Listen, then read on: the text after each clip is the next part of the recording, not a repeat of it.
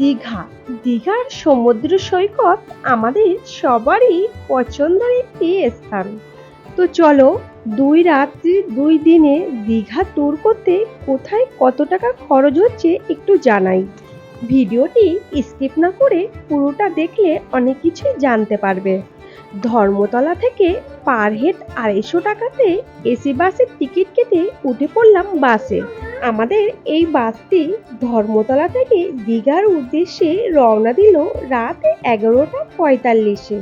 এই বাসটি হাওড়াতে গিয়ে কিছুটা সময় দাঁড়াবে।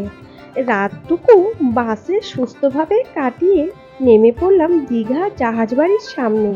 এখান থেকে সোজা হোটেলে যাব। তো গাইস, এই রুমটি মাত্র 400 টাকা, পার ডে ভাড়া মাত্র 400 টাকা। সরে যা। তো তোমরা বাস থেকে নেমে ডাইরেক্ট এই হোটেলে চলে আসো। আমি এই হোটেলের ফোন নাম্বার, বুকিং নম্বর দিয়ে রাখছি। তোমরা চাইলে বাড়ি থেকে বসেও বুক করতে পারবে। আর সব থেকে ভালো হয় বেশি তুমি বাস থেকে নেমে স্ট্যান্ড থেকে সোজা এখানে চলে আসো। তার রুমটার ভিতরটা পুরোটা তোমাদেরকে একটু দেখাই, একটু দেখে নাও। টেবিল এখানে দুটো চেয়ার আছে, এই সাইডে আছে। এই জানালাটা দিয়ে রাত্রে প্রচুর হাওয়া আসে, প্রচুর হাওয়া। জানালাটা খোলা থাকলে এখানে কোনো মশা নেই, ভীষণ ঠান্ডা হাওয়া আছে।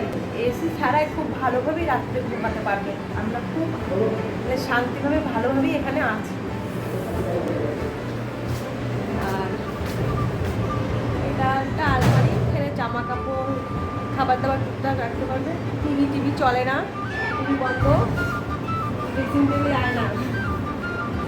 তো এই রুমটি আমরা 350 টাকাতে নিয়েছি, কারণ আমরা এই সেম রুম 3টে নিয়েছি। তো আমরা যখন এই রুমটি দেখতে আসি আমাদেরকে 400 টাকা করেই বলেছিল, ওরা 400 টাকার নিচে দেবে না বলছিল। তো আমরা 3টে নেওয়ার কারণেই অনেক বার্গেনিং করার পরে আমাদের থেকে 350 টাকা করে নিচ্ছে। তো তোমরা যদি বার্গেনিং করে নিতে পারো তাহলে হয়তো কম হতে পারে। আর এখানে সিজন অফ সিজন বলে কিছুই নেই, যখনই টুরিস্টের একটু চাপ থাকে তখনই পার ডে ভাড়াটা বেশি নেয়। এটা আমার বোন, ওরা এই রুমে আছে।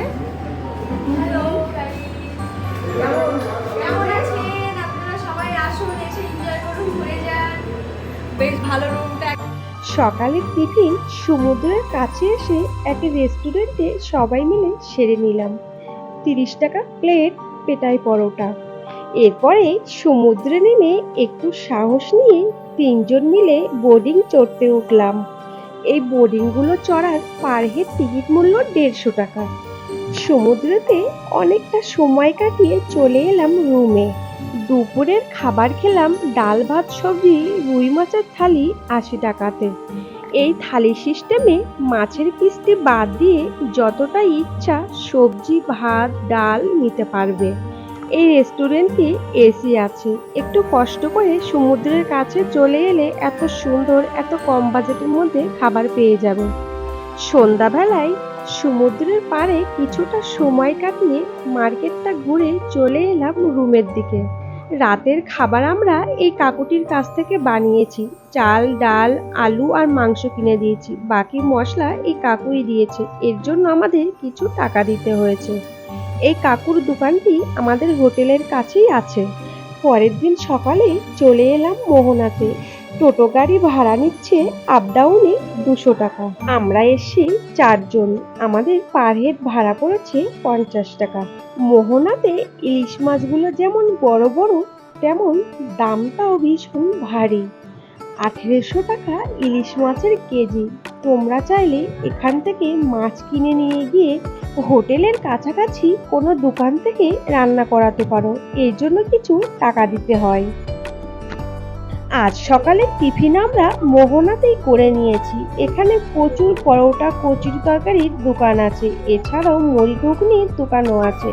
সবকিছুই 20-30 টাকার মধ্যেই পাওয়া যাচ্ছে। দুপুরে সমুদ্র থেকে ফিরে এসে খেয়ে নিলাম ডিম ভাত। এটাও থালি সিস্টেম, 70 টাকা ডিম ভাত সবজির থালি। রাতে রুটি সবজি খেয়ে উঠে পড়লাম ধর্মতলার ফেরার বাসে। পার হেড বাসের টিকিট মূল্য 250 টাকা। এটি এসি বাস।